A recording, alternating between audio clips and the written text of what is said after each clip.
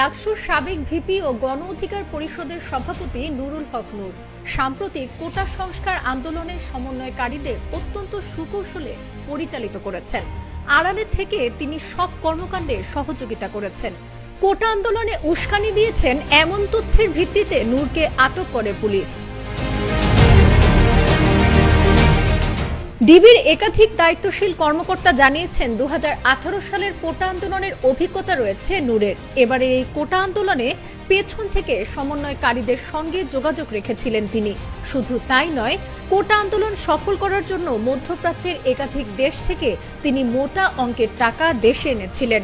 তার বড় অংশ নিজের পকেটে রেখে 65 লাখ টাকা বিভিন্ন স্থানে সরবরাহ করেছেন নূর, যা দিয়ে সহিংসতাকারীদের পানি, বিরিয়ানি, কাপড়ের জুতা সরবরাহ করা হয়েছিল। তাছাড়াও ঢাকার বিভিন্ন স্থান থেকে লোক ভাড়া করে পুলিশের সঙ্গে সহিংসতা করার জন্য আনা হয়েছে। গত 18 জুলাই রাজধানীর সেতু ভবনে অগ্নিসংযোগ ও গাড়ি ভাঙচুরের মামলায় নুরুল হক নূরকে 5 দিনের রিমান্ড শেষে কারাগারে পাঠানোর আদেশ দেন আদালত। সহিংসতার ঘটনায় মামলায় 28 জুলাই নূরকে আদালতে হাজির করলে আদালত আবারও তার 5 দিনের রিমান্ড মঞ্জুর করেন। আদালতে নূরের পরিবারের পক্ষ থেকে অভিযোগ করা হয় তার উপর অমানবিক নির্যাতন করা হয়েছে।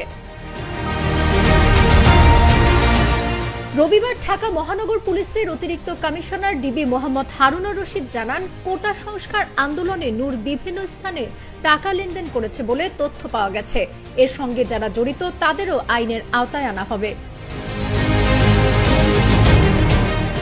সংশ্লিষ্ট সূত্রে জানা যায়, নূর শুরুতেই আন্দোলনের কোনো দলকে সম্পৃক্ত না করার জন্য কোটা আন্দোলনের সমন্বয়কারীদের পরামর্শ দিয়েছিলেন।